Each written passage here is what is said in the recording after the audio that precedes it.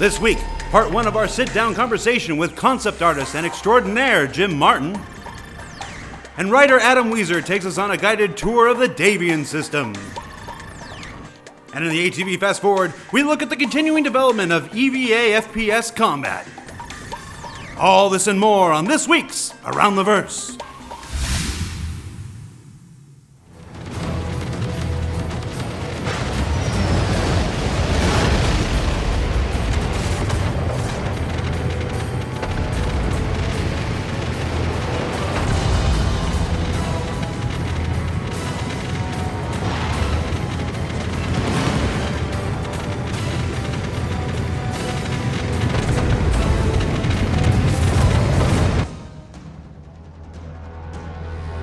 Intruders detected. C-Deck, Corridor 5. Bulkhead breach in progress. Good luck.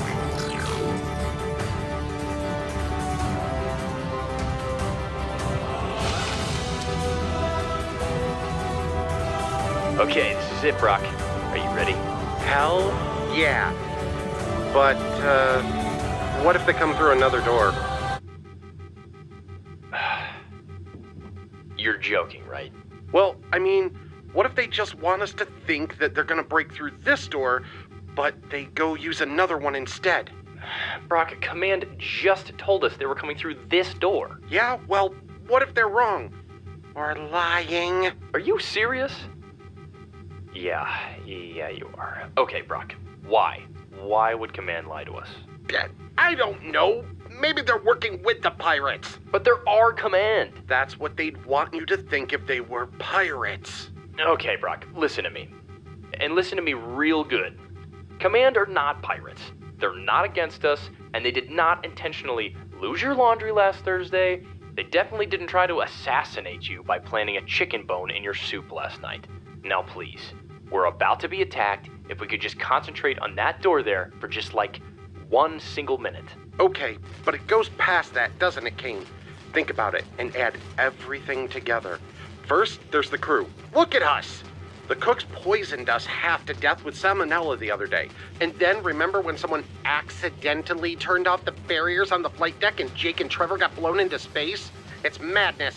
Madness, I say! Brock, just listen to yourself. I mean, it's like you're saying that the guy that put itching powder in your underwear is out to get you. It's just a prank. These are all coincidences.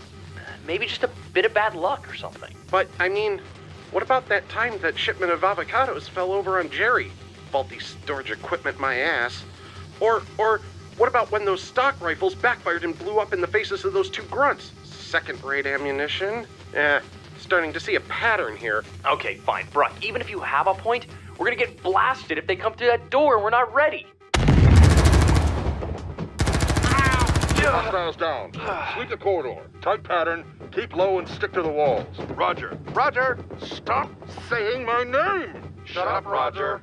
Attention. Simulation terminated. Pirates win. Again. I repeat. Oh, simulation look at the little terminated. babies taking a nap. Brock, I should have you spaced out the airlock for this. Yeah, if Command doesn't do it first. Bulkheads! Are you two sleeping on the job again? You two had shields, and you didn't even manage to get 1 single shot off at the enemy? What are you gonna do in a pirate or vandal attack? No, wait, I know what you're gonna do. You'll die because you're useless.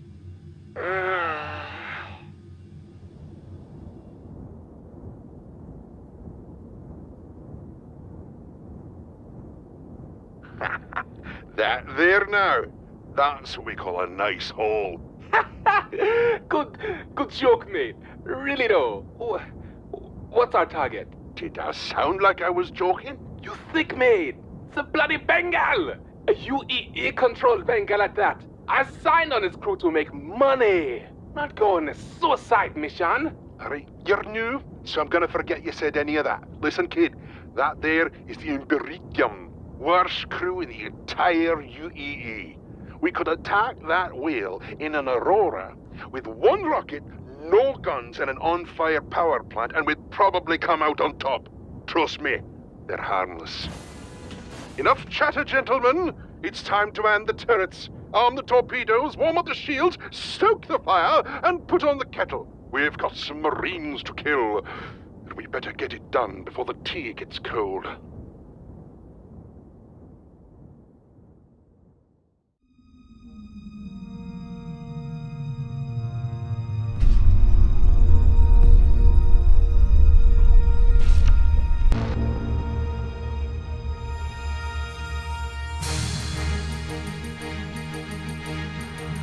Wow, it looks like they even went as far as reskinning some of the spacesuits we created. Yeah, that was really impressive. I think that's it's definitely going to be the future of the Star Citizen fan community, creating stuff like that. Our first machinima. Am I saying that right? Machinima? Machinima? I don't. Computer movie. Hey everybody, welcome to Around the Verse. We did it backwards. I'm Ben Lesnick.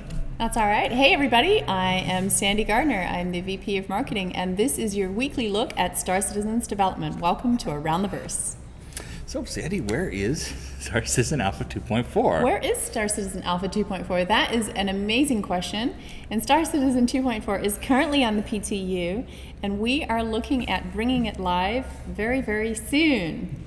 We're still, we've seen a good improvement on the network issues we talked about last week. It's just not quite ready to go live, but as our PTU testers can tell you, we're getting there, and all this work will improve the final game. Buccaneer sale is over, and it was a really great success. I managed to pick myself up one, and I hope that nobody out there is planning to do anything nefarious with them. It really was a truly spectacular sale. The Buccaneer is already one of our most popular ships by the numbers. It's just after the civilian variant of the Hornet, so we're really excited about this one.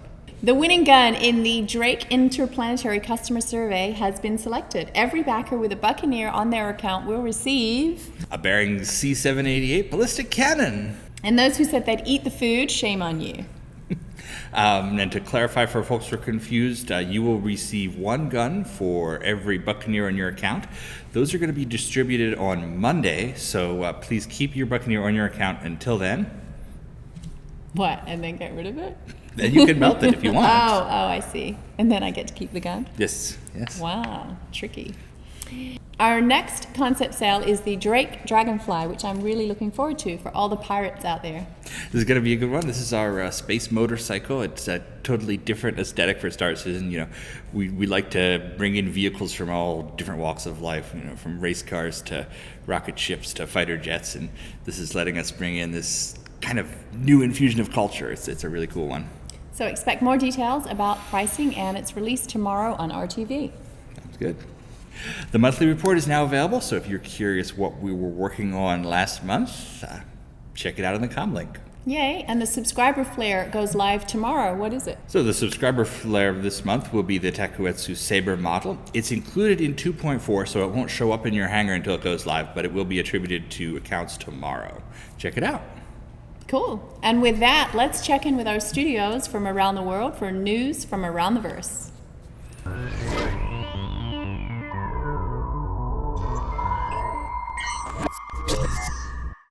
Hey everyone, welcome back to Cloud Imperium Games Los Angeles. I'm production coordinator Davien Borlik, and we've got one of our star QA testers, Eric Pietro. So, and here we are with this week's update out of the Los Angeles studio. So starting with the tech design team, we've got one of our designers, Matt Sherman. He is working on the white box and actually moving on to the gray box for the tech design for the Buccaneer that you guys have recently seen that we've announced.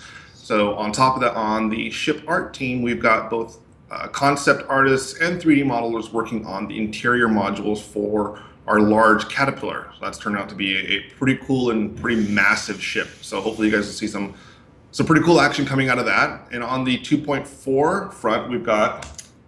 Right now we're working on network stability, looking at procedural planetary interactions, mainly focus on stability for going into 2.4 PTU release. So as always, stability is one of our greatest priorities. So it is something that it is being addressed. We're working on it. So hopefully you guys will see the fruits of those labors pretty soon.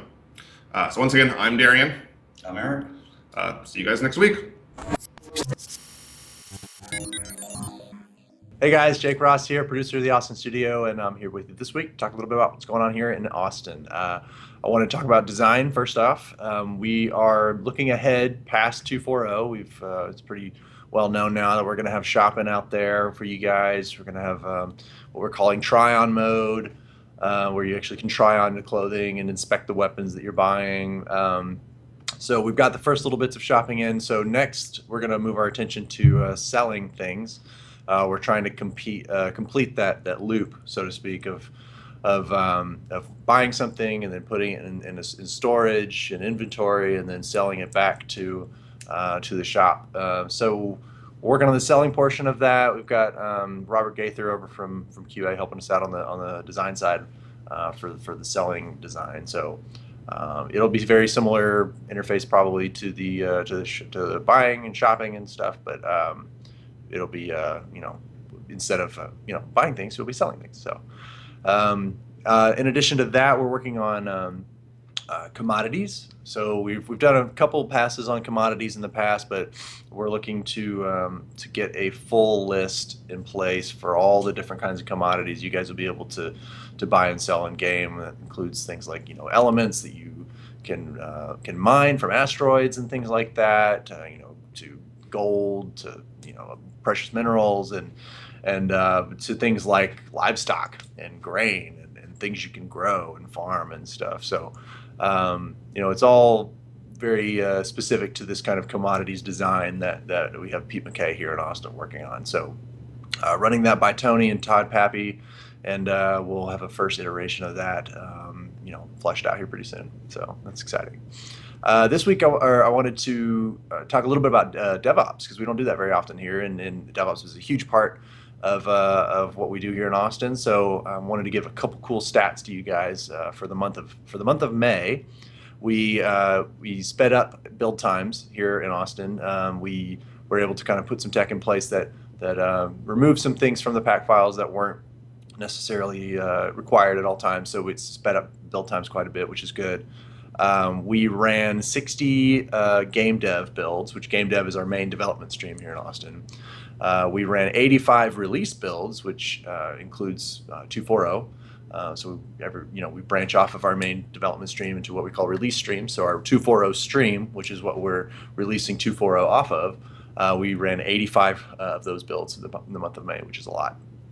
We had 9,000 gigs of data come out of game dev, and 9,350 gigs of data out of our release streams. So it's a lot of data. And then we deployed 98 internal servers.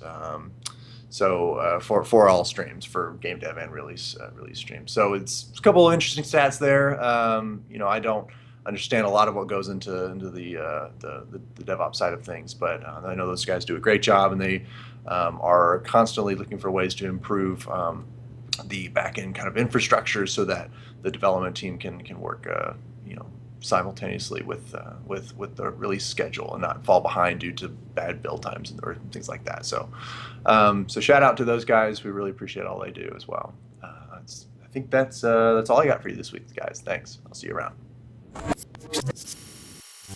Hi everyone, this is Mickey over in the UK, and I'm with Matt Webster today. Hello. And we're going to talk a little bit about the future of the PU, really. Yeah. So, what exciting things are coming to the persistent universe? Lots of exciting things, some of which I can't quite talk about. One thing I'm going to tell you about, though, is the pirate base that we're working on, which we're hoping to get out as soon as we can, but no time limits, obviously, because we want to make sure it's looking cool. The idea for the pirate base is this is going to be the pirate version of Port Olisar. So you'll be able to have an area that's sort of similar but a lot more grungy, a bit grittier, maybe a little bit diesel punk-esque, I don't know. Yeah, there's going to be some new shops and stuff in there as well. Yeah, it's going to sort of be a mirror but more, I don't know, less clean than Port Olisar. Port Olisar is quite like, it's a bit more sort of, Port Olisar is quite clean and sparkly, and this is going to be a bit more pirate-esque, lots more dirt scattered around there, and people that don't wash. That sounds pretty cool. So I'm trying to think what else is going into the new stuff. I've been working with a few outsourcers that are working on hairstyles for the PU and Squadron 42. We finally got the base model for the female. Not sure when that's going to be ready, but the facial scans have been done and the body is all prepped. Clothing has been concepted, so that's another thing that hoping to look in the not so distant future. Hoping to get that polished up and in as soon as we can. It's going to look awesome. Yeah. Trying to think what else. Oh, the audio stuff. Yep. As well. We've got some good stuff being done in audio at the moment. This is all going to kind of go in when we're ready to give it the best bang for its buck. We're not going to put it in before it's ready to go. We've got Ross working on some music logic. So it means the music's going to be a lot more dynamic as you start going through the game. So when you are just out and exploring, you'll have a nice exploration type music, and then as enemies start to attack you, the energy and the music will start to get ramped up.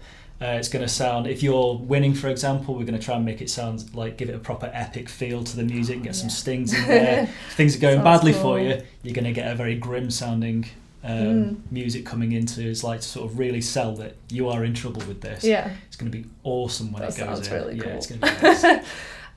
Right, I think that's all we've got time for this week, so we'll see you in the verse. Bye. See you later. Hey everyone, Brian from Frankfurt office.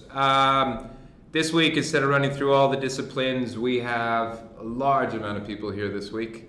One of them, Sean Tracy, as you guys know. This week we have yourself, we have Chris is out here, we have Tony from Austin. Yeah.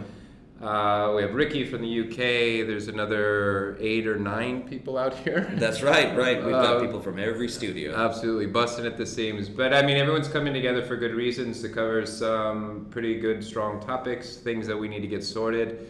A lot of times when we work remote, absolutely we make great progress and time zone handover and all that stuff. But if we could pull everybody together into a room for a week like we're doing now, we can churn through stuff a lot quicker. So what are some of the things you guys are covering this week? Well, there's a lot of little stuff, but there's some big ticket items. And some of the big ticket items all center around Squadron 42. So we've got AI and cinematics. And a lot of people would think that they're not necessarily related, but within Star Citizen they absolutely are, because we need to be able to signal these AI to transition into the various cinematic modes that we've got. We've got so much performance capture that we want to allow this player to experience. We've got these huge name actors. We want you to be within that story, but at the same time, we don't want to just cut out to a decoupled cutscene where cameras flying around. Yeah. We want you to be living in this world. And that's one thing. I mean, to Tyler, that I was answering some questions earlier. They're like, "Oh, are you gonna do a transition and then it's just a big cutscene with no interaction?" Right.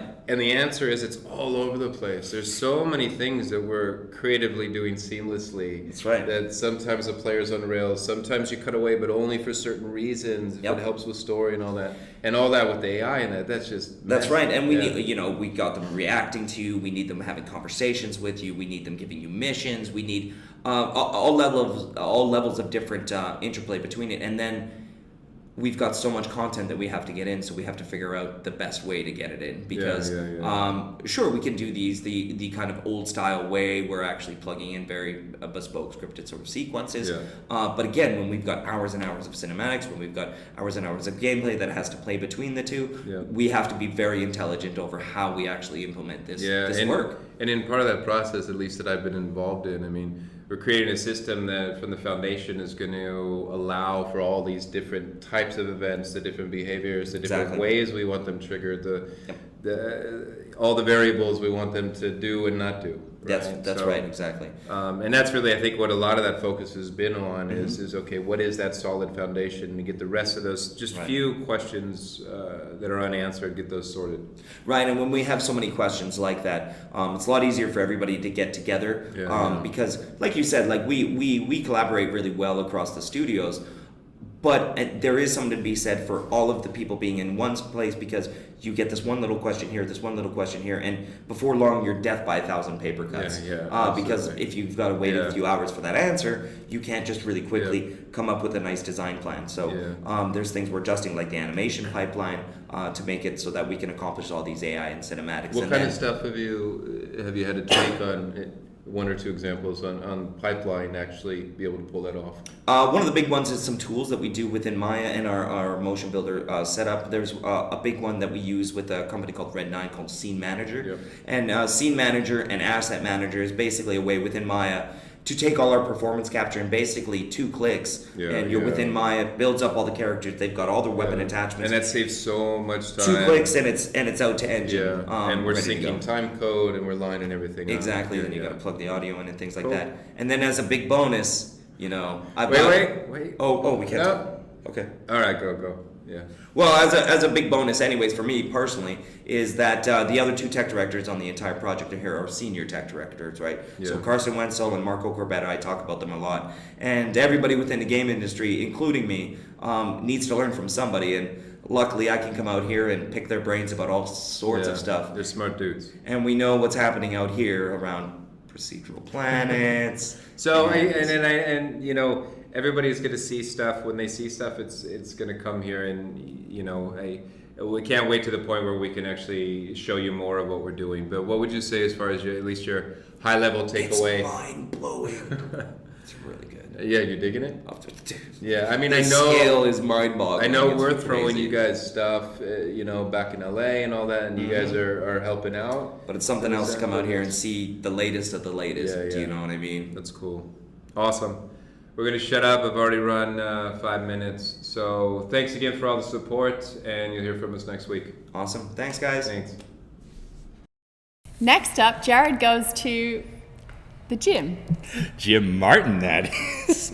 Jared sat down with Jim to talk about his career and the work he's done on Star Citizen, which dates back to the very, very start of the campaign. I walked right into that one.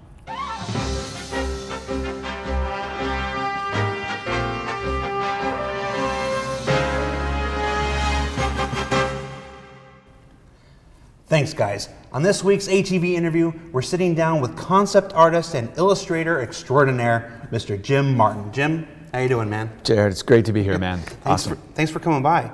I mean, we don't get to see you in the office very often, so it's always a treat when you can come by. My pleasure. And you got to see our new office for the first time today. It's pretty spectacular. Yeah, you like those spaceship doors? Yeah, spaceship I doors. love it. Spaceship It's doors. a great setup. Yeah. Check this out too. Yeah, no, this is cool. This is our fan cave. Most of these things are things fans have sent us and whatnot. Some of the things are things that we buy. But I'm a fan.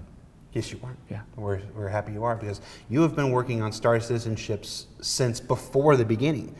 I mean, you came on board in 2012 before we went live and whatnot. We'll get to that. I do want to start by talking about you and your career at first. Okay. So for those of our fans who may not know who you are, why don't you give us the quick rundown? How'd you get your start in being a concept artist? You know, so I'm a kid from Eureka, California, Humboldt, up north. Shout out to Humboldt. All right, Humboldt, 707. That's the area code. All right. So, you know, I grew up watching sci-fi, loved it, and left for college. Came down to LA and went to Cal State Northridge. I was an art major, and not really sure what to do with that. I thought you were supposed to go into advertising. All right. And I got out, and I got hired as a PA on a sci-fi show, right? Just luck. It was kind of a lucky moment, and it was Star Trek Deep Space Nine. Yeah. It's like my all-time favorite show. So whoa, I'm watching it right now. People following me on Twitter have been watching me live tweet it for the last several weeks. So, what season are you on? Right now I'm in the middle of season 5. Okay. So it's season 4 is probably my favorite, along with season 6 and 7. 5 took a step back, kind of thing, but I love Deep Space Nine. You know, that was the show that really gave me an understanding of what it was to be a concept artist or illustrator in the industry, and I kind of cut my teeth there, and really, it was a family environment where it was okay to try and fail and try again and kind of build your skill. And you know, I was there 3 years, and I didn't know how good I had it because I was young and eager, you know, and I left after 3 years to go do feature films, but I really look back on that and Now, you're a kid out of college, and you get hired to work on Star Trek. Right. So when you're a kid out of college, what kind of things do they have you start on? So I'm out of college, I come in, I'm the PA, right? So I'm the production assistant. running around. I'm making blueprint copies and running them down to set. You know, I'm doing errands and things for the art director. I'm making sure they all have the supplies they need. And on the side, I'm you know, doing drawing and the illustrator at the time is mentoring me. Ricardo Delgado was the illustrator for season 1, and so it was sort of like a rush education that first year of like doing props and stuff. Yeah, yeah. So I did the Runabout with Rick Sternbach and you know, and did some set pieces, and at the end of the season I had kind of shown the production designer Herman Zimmerman that you know, I was really wanted to take on the challenge, and he made me illustrator for season 2, and that was my official start. Nice. Yeah. And at some point they ask you to do what has to be the most important ship in Deep Space Nine. Easily well, I'll let you say it. I don't. You may be referring to the Defiant. The Defiant. He reads the Defiant. Yeah. So I have a little disclosure. Full disclosure. I have a small Defiant that sits on a base that's signed by Jim Martin. It's the only piece of signed merchandise I have. I don't even have anything signed by Chris Roberts. It's the only signed merchandise I have. So. Well, it's my honor then. And you know what? Cherish that. Just kidding. So we're gonna forget. So for the rest of the interview, I just want to talk about the Defiant. Okay. So the Defiant. No. 60 seconds, because we do have to move on. This is a Star Citizen interview, and we'll get to the Star Citizen Okay, stuff. sorry. Tell me about the Defiant for 60 seconds. It popped up in season 3. Okay, they needed something kind of more aggressive and more challenging than a runabout, and so they were going to introduce a new small light fighting starship, and we did some designs, and we were going to go into our meeting, and my boss, Herman, he liked a design that I had done for another show, which was still floating around my desk, and it was kind of Defiant-esque. It was similar in shape with the you know, built-in side nacelles, and he said, let's show that too, and that was the genesis of where that design path was going to go. Gotcha. Yeah. Yeah. The Defiant was the first ship in Star Trek, well, the first Federation ship that showed that nacelles didn't have to be out and away from the body. That they could be connected. Yeah. Well, I mean, it makes sense. Every other race can go to warp with they don't have nacelles. Engines and so it's the Federation finally caught up to everybody else. They don't have to keep sticking the nacelles way out. It's like that. So it was very cool. It was very different, but still distinctly Federation in Star Trek, and I adore it. Okay.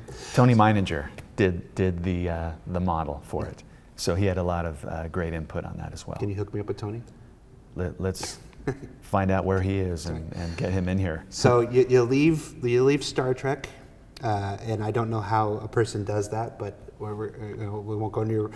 I don't want to know because beyond me. But okay, all right. So you've decided to leave Star Trek. Right. You want to spread your wings. You need some new challenges, kind of thing. You've conquered Star Trek. You made the Defiant. What else is there to do? Conquered. Whatever. Where do you go from Star Trek? I was on the Sony lot working on the Phantom, right? The Billy Zane superhero movie, and they were starting to crew up for Starship Troopers, and you know, we at Sony, the art departments were kind of in one building, so I went over and introduced myself to the production designer Alan Cameron, and showed him my work, and again, they brought me on. I was a young, eager, hardworking kid, and you know, they slotted me in as one of the illustrators with John Bell and Jim Lima, and I came on, and then I got to do all the ship stuff, which was a great show to work on too. The ships in so much fun. The ships in Starship Troopers. The names. The Roger Young. The Roger Young. Yeah. Geez. The Roger Young is amazing, and I think you see its influence in sci-fi movies for the last 20. Has it been 20? It's been almost. I just realized it's been about 20 years. It's kind of a time, you know. That's like like sci-fi design of the 90s, Yeah. you know. But Paul Verhoeven said he wanted it to feel like a World War II battleship, you know, and yeah, I heard that and I'm like, I got that. Yeah. No worries. We don't have any World War II influences here at Star Citizen. None at all. No World War II here at all. You also, I do also have to mention, you designed the Death from Above tattoo. I did. That Ben Lesnick has on his own body. We'll superimpose a picture here of Ben Lesnick. He's got that tattoo on his arm, and he got that before Star Citizen, before he knew. And I remember you were here in the old office last year. We're doing the Hull series. Is that what we were doing? We were working out the hull. Yeah, and it's the first time I've met you, and I'm talking to you about Starship Troopers, and you mentioned you did the tattoo, and I'm like, oh my gosh! And I went and grabbed Ben, and he brought over, and he just happens to have a tattoo that you designed on his thing, and you were able to give him he was very, very pleased that you were able to send him the alternate design. Oh, right. Of that. Yeah, I pitched them two, and they went for the skull one. Yeah. And you can tell that it's all hand lettered because there was no font at the time. You know, you couldn't go Google a font and say like, hey, what would look good? Yeah. It was all hand lettered, and if you look, it's crooked, like the death. The TH are kind of funky, and that's how you know that. That's what I look for to go. Oh yeah, that's the one I did. Yeah, and he's got it crooked on his tattoo. Hopefully, if we had the picture, you saw it there. It's the charm of the time, right? We were doing markers and colored markers and ink on bond paper. That's how everything was designed. Yeah. All right, so from Starship Troopers, we're only in '97. We've got a long way to get before we get to Star Citizen, so we'll speed ahead here. Yeah. In the intervening years, from 1997 to 2012, what were you doing? Top level stuff. What are some of the things that people may have seen that they go, oh yeah, that was Jim Martin's influence? Okay. So I went to did some animation for a time, '97 to 2000. Atlantis, Lost Empire, Lilo and Stitch, kind of the other side of work, which is, a little bit, not the heavy sci-fi, more of the fun. And then Hollywood went into superhero mode, and I was on Spider-Man and the Sam Raimi version. I worked on the Matrix sequels. Owen Patterson was the production designer, and yeah, it did its own thing, and it had its own look, and a lot of trends came from that series of movies. Absolutely. It was the coolest of the cool for that time, yeah. So that's The Matrix. That's only 2003, so let's get one more highlight before we get to Star Citizen here. One more watershed thing that you're really proud of between 2003 and Star Citizen? Alien Resurrection. Alien Resurrection. Sure. So we go back in time a little bit. Alien Resurrection, some great ship design. What ship did you do for Alien Resurrection? I worked on the Betty. Nice. Yeah, and a lot of concept stuff for the big ship, and a lot of set interiors. Yeah. I'm a big fan of the used future. I'm much more a Blade Runner guy than a Minority Report kind of guy. So ships like the Betty. So it's one of the reasons my favorite manufacturer here for Star Citizen is Drake. Okay. So which is another reason. I like Drake. Right. So that's a good segue, Jared. Good segue to actually talking about Star Citizen in this Star Citizen interview. Okay. So we're skipping ahead. Tell us about how you hooked up with Chris. How'd you get involved with Star Citizen?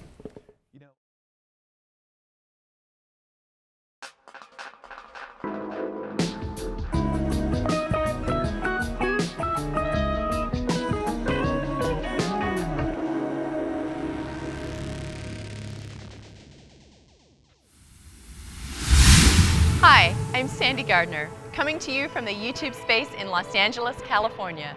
And right now, 24 teams begin a journey to become part of video gaming history by designing the next great starship.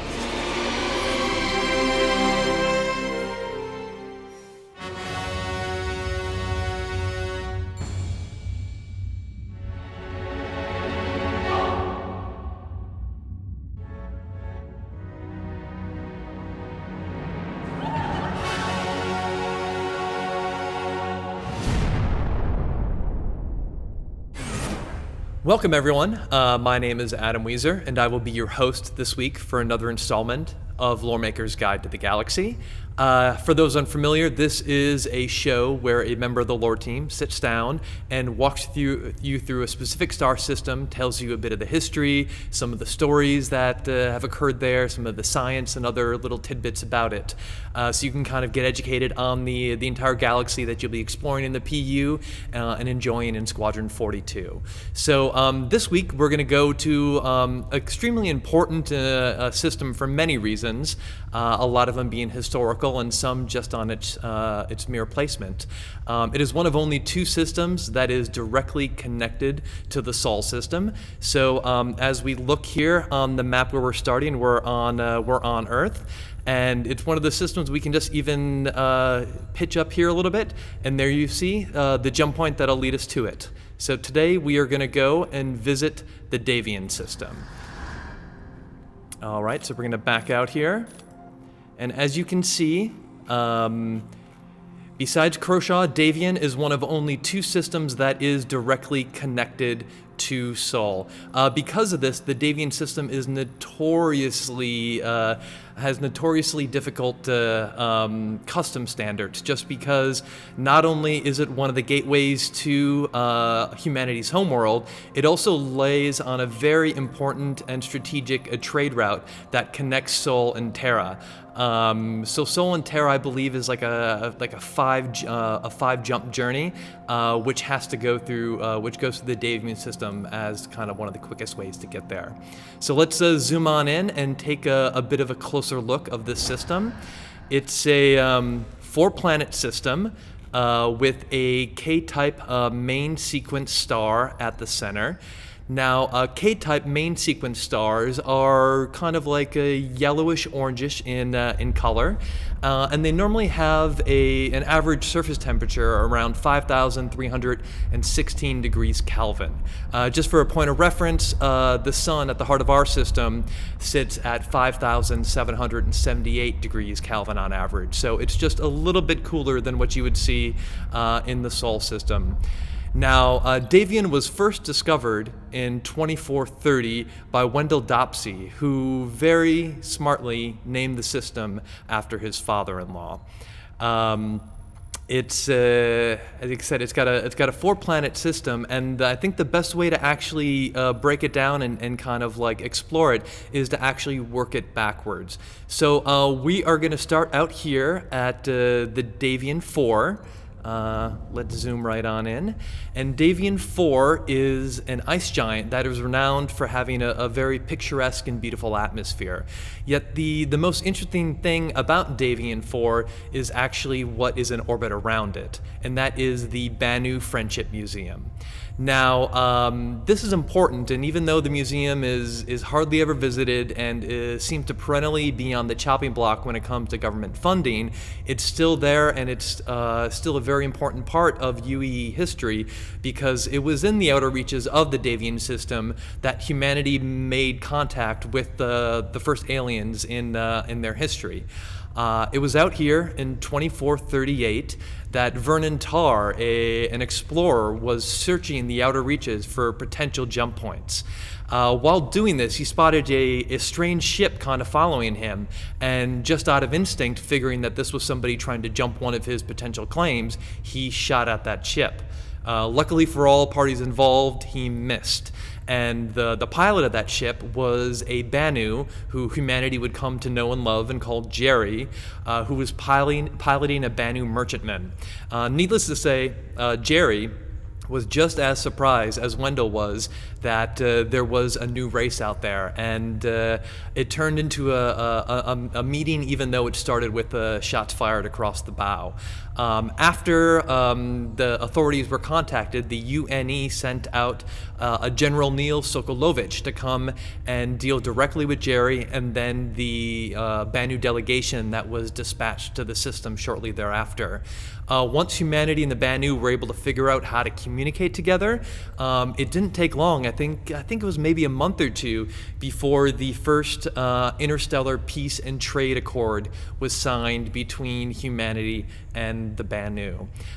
When this happened, this generated a lot of buzz within the UNE at the time, not only because there was obviously our first alien friends in the world, but also there was a lot of potential for trade. The Banu are huge traders, so people and corporations flooded to the Davien system in the hopes of doing deals with a whole new market. What was interesting, though, is that, and humanity did not discover this until years later as we back on out, is that Davien is actually nowhere near the Banu front. As you can see here, here's Davien, which is essentially probably we would consider it a core human world. But the Banu world, you can see I'm backing out here, and we're not even getting it into the picture. We've got Geddon, we've got Bacchus here, so it's still a good deal away from Davien space. It turns out that Jerry, the pilot of the Banu merchantman, was also a fugitive from a few Banu guilds and had some people after him he did not want to have to deal with. It was because of this that he found himself so far away from Banu space. So even though a lot of people and a lot of corporations flooded the system in the hopes of making new alien friends, it was never quite to be, because Davien actually, in the grand scheme of things, didn't turn out to be on the edge of the Banu world. So let's go back in and let's move on closer to Davien 3. Now, this planet is a terrestrial smog planet with a very dangerous atmosphere filled with acid. So it's one of those you don't want to get too close, and humanity never really considered doing much with it because the acid is supposedly so strong that it can melt ship hulls. So while you may want to avoid it, there are often reports that crime syndicates in the Davien system use this planet to, let's say, dispose of objects, ships, people that maybe they don't want to be found. So if you do pass the system, be careful not only for its acidic atmosphere, but also for the type of people that do spend a lot of time around it. Now, moving on to Davien 2. This is really the heart and the soul of the Davien system. It's named Sestulus, and the main city that you'll be able to visit there is called Jeddah. Now, Sestulus was recognized in the early 25th century. And has been an important part of the empire ever since then. As I mentioned previously, when the Banu were first discovered, lots of corporations flooded to the system in hopes that this would be a great place to spend time and to meet the new alien race. One of those companies which you are all probably very familiar with is Aegis Dynamics, the ship company. Now, Aegis was originally a merger between two companies, which is Aegis Macro Computing, which was an Earth-based company, and Dynamics Productions, which was actually based out here in Davien. And when they merged, they came together and they put their center of operation right here to be able to access the wider world. So when you visit Jeddah, you'll be able to go to the Aegis showroom and see the show floors and see a variety of their ships. Now, Aegis famously were the favorite ships of Ivar Messer, the despot that ruled the UEE whose family ruled the UEE for centuries. And because of this, they were popular with the military for a handful of centuries. But once the Messers were deposed, they quickly fell out of public favor and were almost seen as a symbol of that era. In the subsequent decades and centuries after the Messers went aside, a lot of these military ships that Aegis had built trickled down to the second-hand market and became extremely popular in certain civilian circles. Because of this popularity and because of the ship's performance and the stuff that they could do, Aegis has recently experienced an uptick and kind of a resurgence in popularity now that they've put enough distance between themselves and the Messer era. So yeah, going back to the early 26th century when this planet became first recognized, and when we say recognized in lore, that means that the planet gets an official name and it also gets voting rights in the Senate in the government Senate. And it didn't take long for Sessulus's political might to kind of come to bear. In 2525, their senator, Nomi Rao, stepped onto the floor and presented something that would become known as the Common Laws. Now, at the time, the UPE was struggling with how to govern an ever-expanding empire where there was a diversity of opinions and government styles and lots of different factors. What the Common Laws proposed was a baseline of rights that any planet that wanted to join the wider government and become a voting member of the Senate would need to follow to basically achieve those, achieve that status. After a year of very vigorous debate, the Common Laws were passed. This allowed those planets and systems and local governments to basically govern themselves in whatever way they saw fit or was best suited for their planet, as long as they adhered to these common standards. The Common Laws are a very important piece of legislation and are considered one of the cornerstones of the government to this day. A few years after that happened, another incident occurred on Jeddah, in the city of Jeddah, that would be politically important also. After unifying under the Common Laws, the UPE decided it was time to unify the currency too, and thus the UEC was created.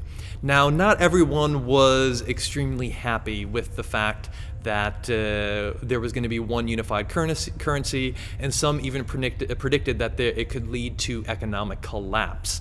The most vocal opposition actually occurred in rioting that on Jeddah during 2529. Now, this became known as the Siege of Jeddah, lasted 2 weeks, and actually required the UPE to deploy the military into the system to actually stop the riots. Hundreds were injured, even 2 police were killed, and the UPE military got a lot of flack for it taking so long. Now, one of the interesting reasons why the riots were able to last so long is that Jeddah, unlike many other places on the planet of Sessulus, are actually covered by biodomes. Now, these biodomes have become the iconic symbol when you'll see when you fly down over the city or when you look up into the sky when you're visiting Jeddah. And these biodomes are essential because when the UNE basically got bids to have companies terraform this planet, this being the only habitable planet in the Davien system, they awarded the bid to Babco GeoBuilders, who were a kind of young terraform company that won the bid not because of their sterling reputation, but just because they brought in the lowest bid. Now, at the time that the GeoBuilders built the terraformed the planet, not everything went quite right, and it resulted in a very thin atmosphere. It's still breathable to humans, but it's, let's say, more equivalent to trying to live on the top of the Himalayas or the Andes or the Alps. It's something you could deal with, but is not ideal. So giant biodomes were built over many areas of the planet as a way to be able to more easily pump oxygen into the areas that humanity was taking over. Again, this happened right on the heels of people trying to come into the system and check out the brand new and all that stuff. So the idea of having to spend money to re-terraform the planet just doesn't make sense, and the biodomes was the solution. Now, how this factors in to the siege of Jeddah is that part of the reason why these riots lasted so long is that protesters had taken control over a series of the air purification units in the city of Jeddah, and the UPE military was concerned that these units could be turned off and possibly not help pump enough oxygen into the area, or even worse, that other chemicals or things could be pumped into the system through these units. So that was their justification for why the siege of Jeddah lasted for 2 whole weeks. Moving on to 2545, another extremely important historical event occurred here on Jeddah and involved the biodomes. At noon on December 15th of 2545, a series of strategically placed bombs exploded and actually crumbled the biodomes of Jeddah down onto the population below, killing hundreds. This was a travesty, and it was shocking to the entire empire. It was also the first of 6 bombing attacks that terrorized the UPE over the course of the next few months. Even though nothing was proven at the time, there were strong implications based on the materials used in the bomb that Xi'an terrorists were the ones responsible for it, which fed into the burgeoning Cold War between humanity and the Xi'an. At the time, the High General of the UPE government was one Ivar Messer, and he proposed something called the Prime Citizen. Now, what this was, it was a referendum that citizens voted on and eventually would pass, which would consolidate power of the government under one position, a prime citizen, also to become known as imperator. Prior to that, the UPE was governed by a triumvirate, which included the High General, which at the time was Ivar Messer, a High Secretary, and a High Advocate.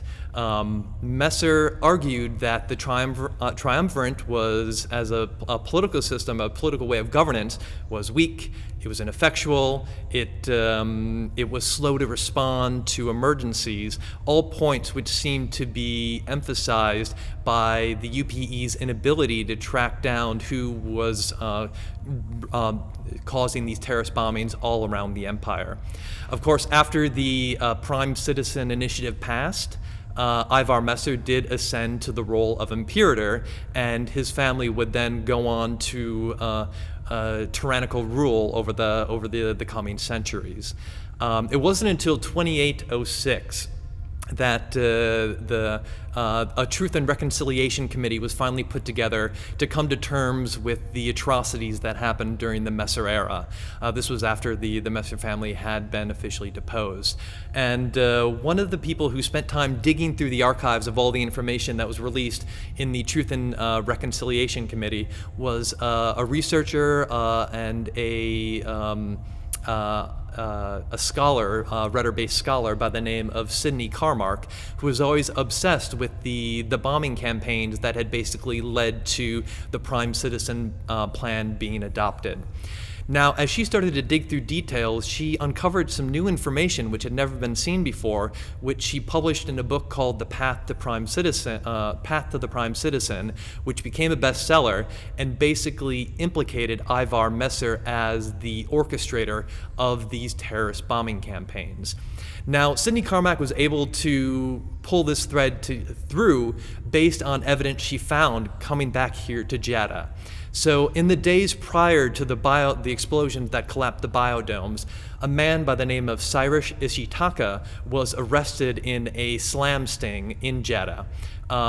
Later that night, he was very quickly and very quietly released from jail without much reason except for one name which could be tied back to an Adam Core.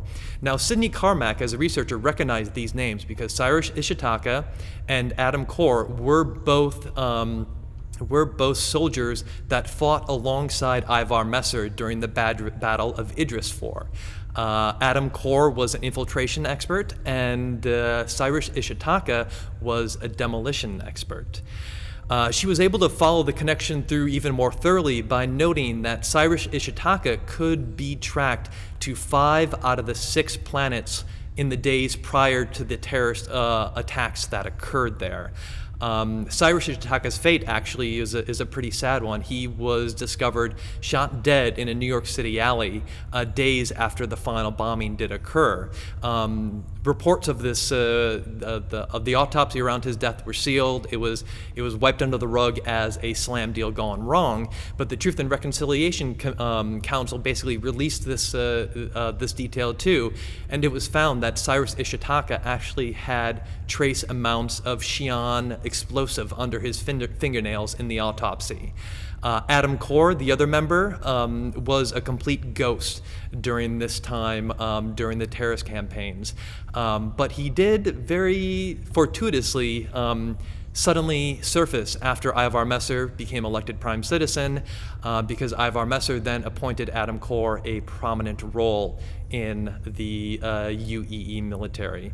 Now again, while none of this can be definitively proven, it is considered by many and is almost public belief at this point that Ivar Messer did orchestrate these bombing campaigns to ascend to the prime citizen.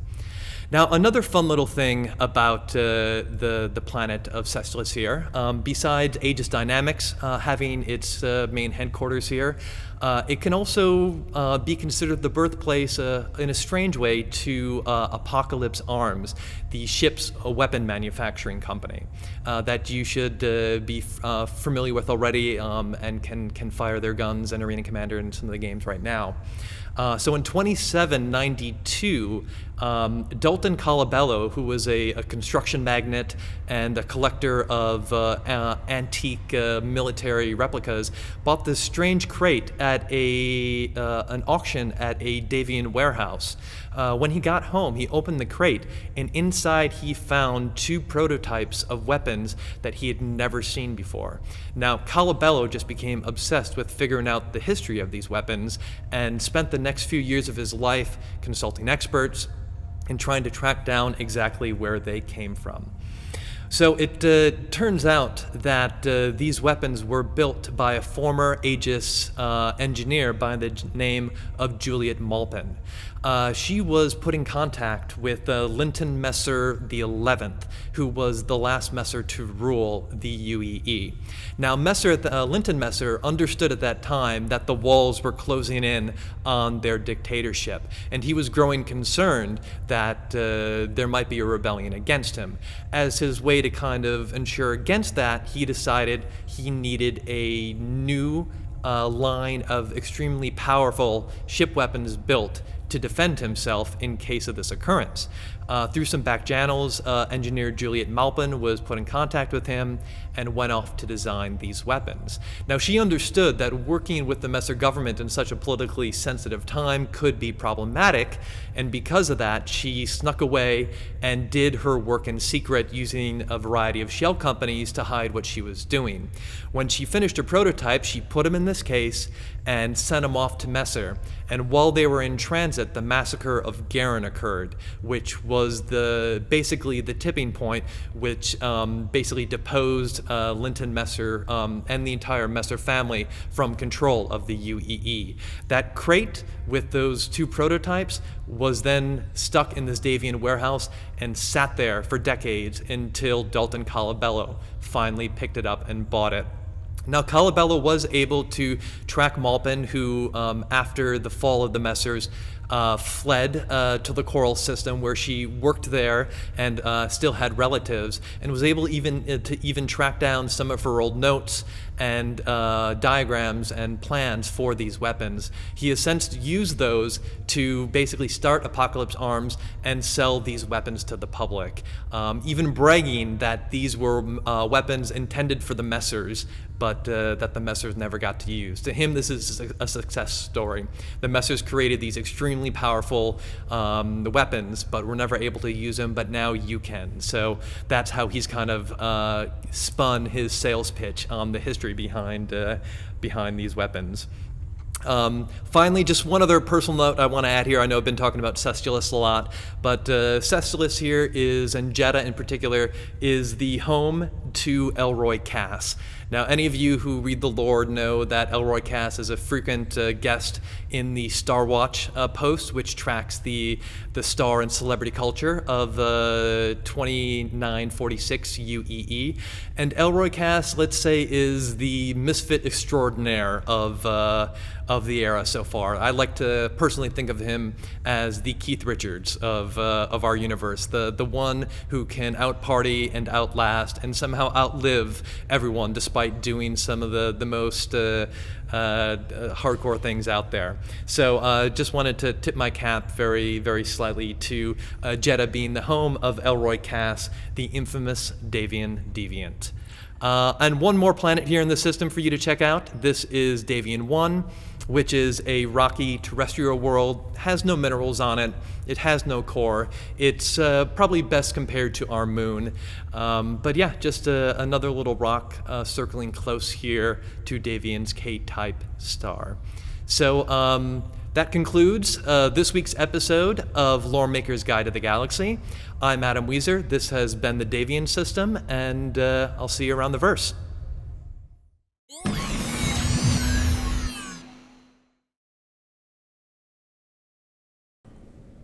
Hey there, Tyler Witkin, Community Manager in the Austin, Texas studio, here to bring you this week's MVPs. Unlike previously, this week we have 10 MVPs, so I'm going to have to read this. A huge congratulations goes to Fiendish Feather, Dolvac, Stormy Winters, The Astropub, 6 Fs and Caps, Splice Point, Grockies, Meyer, Trendane, and Eris for working together to create the first episode in the hopefully long series, Bulkheads. It is very clear that a lot of time, effort, and talent went into the making of this episode, and we know firsthand that this is no easy task. We're really excited to see what you guys come out with next. Congratulations again, you all are this week's MVPs. Back to you guys. Great work, everyone. It is really cool to see our citizens getting together to create a story. Now here's something our folks are getting together to create, the ATV Fast Forward.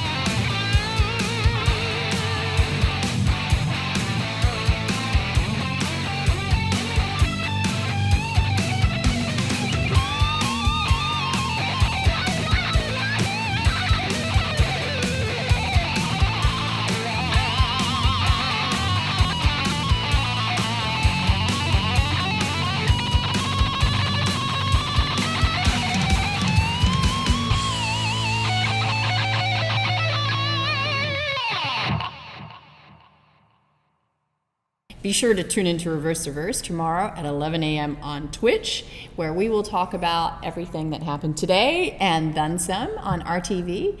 If you like us, hit like below and subscribe. I don't know, he's having a good giggle out of that. I can't with my voice to go lower. There's something scary when you look right at me doing the Ben voice. I don't know. Well, you could look right at me and do the Sandy voice and see how scary that is. I don't want to do that.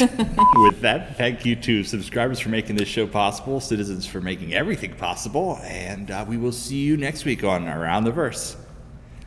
Around the Verse.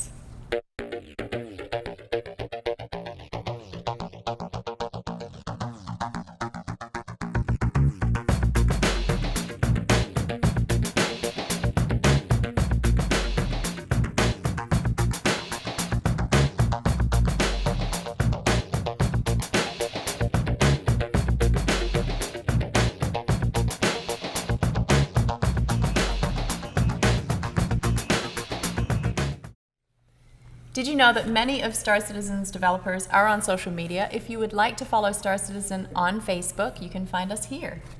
Or on Twitter, here. And even Instagram, here. And for a full list of developers' personal accounts they're willing to share with the community, check out this link.